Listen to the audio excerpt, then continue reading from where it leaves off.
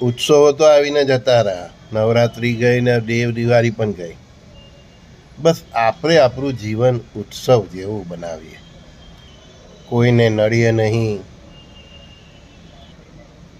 અને બધાને સુખ વેચવાની ભાવના રાખીએ, આપવાનું રાખીએ, આપવાની ભાવના રાખીએ અને પરિવારમાં જે છે તેને એ જ સ્વરૂપે સ્વીકાર કરીને ચાલીએ. ખામીઓ નહીં ખૂબીઓને જોઈએ, ત્યારે જીવન ઉત્સવ જેવું બની જાય છે. ચરિત્ર જાળવીને પરિવાર અને સમાજના મોભી બનો. ચરિત્ર વિનાનું આગેવાનીનો કોઈ મતલબ નથી. તમારું જ ચરિત્ર નથી તો તમે સમાજને શું આગેવાની આપી શકશો? પરિવારના કઈ રીતે આગેવાન થઈ શકશો?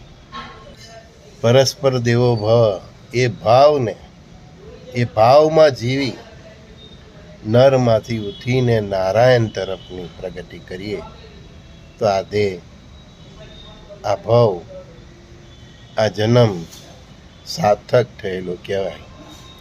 અને ફરીવાર કહું છું દોસ્તો, આપણે લૂંટવા નહીં, અહીં આપવા જ આવ્યા છે. જ્યારે આ માનસિકતા અને આ સત્ય તમને સમજાઈ જશે, જીવન બદલાઈ જશે. તમારા પત્ની, બાળકો, પરિવાર, પુત્રો, મા બાપ, તમારી સોસાયટી, સમાજ, તમારું ધર્મસ્થાન, તમારું રાષ્ટ્ર, તમે કેવળ આપવા જ આવ્યા છે. અને આપતી વખતે પણ કેવો ભાવ? પરસ્પર દેવો ભાવ. પરસ્પર દેવો ભાવ એટલે શું? જે ભગવાન તમારા હૃદયે છે તે જ ભગવાન સામેવાળી વ્યક્તિના હૃદયમાં છે, જીવ માત્રમાં છે. જીવન આ રીતે જીવી જુઓ તો સંજુ બાબાની મસ્તી તમને સમજાય છે. પ્રાતઃકાળે સંજય બોરીવાલા સંજુ બાબાના સર્વે સખાઓને પ્રણામ. હા, બીજું એક કહેવાનું રહી ગયું, વિવાદનું કારણ શોધવું, કારણ શોધીને એનું મારણ શોધવું. અમારા ગુરુદેવ કહેતા બહુ સરસ કે આપણે સંવાદ કરવા આવ્યા છે, વિવાદ નહીં. વિવાદ ક્યાં થાય? કોર્ટ કચેરીમાં. આપણે સંવાદ કરવા આવ્યા છે. જ્યારે પરિવારમાં, તમારી સોસાયટીમાં, તમારા મિત્રોમાં, તમારા વેપારમાં, જ્યારે તમે કોઈ પણ સબ્જેક્ટ પર, વિષય પર, કોઈ પણ આટીગુટી ઉપર, કોઈ પણ મુશ્કેલી ઉપર જ્યારે તમે સંવાદ કરો છો,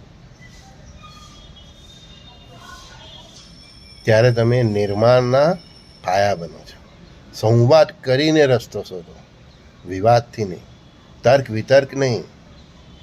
સત્યને પકડો, સત્યને પકડો, સત્યનો આગ્રહ રાખો, પણ જીદ નહીં. જીદ દરેક વિનાશનું કારણ બને છે. બરાબર? ઘણીવાર સત્ય હોય પણ જીદ નહીં હોવી. બરાબર? તમારું બાળક છે, ડૉક્ટર જ બને, એ જીદ ખોટી. એને જે ગમે છે તે બનવા દો. તમારી પુત્ર વધુ ઘરકામ જ કરે, એ જીદ ખોટી. એને નોકરી કરવી છે, બિઝનેસ કરવી છે તો કરવા દો. આપણે વાતાવરણ બનવાનું, ને એવું વાતાવરણ બનવાનું કે જે વાતાવરણની અંદર ગુલાબ પણ ઉગે, તુલસીનો છોડ પણ ઉગે, આંબો બી ઉગે, લીમડો બી ઉગે. સમજી ગયા ને? દૂધમાં સાકર ભળે એમ ભળી જાય એ માનવ, ને આપણે એમ ભરવા જ આવ્યા છે.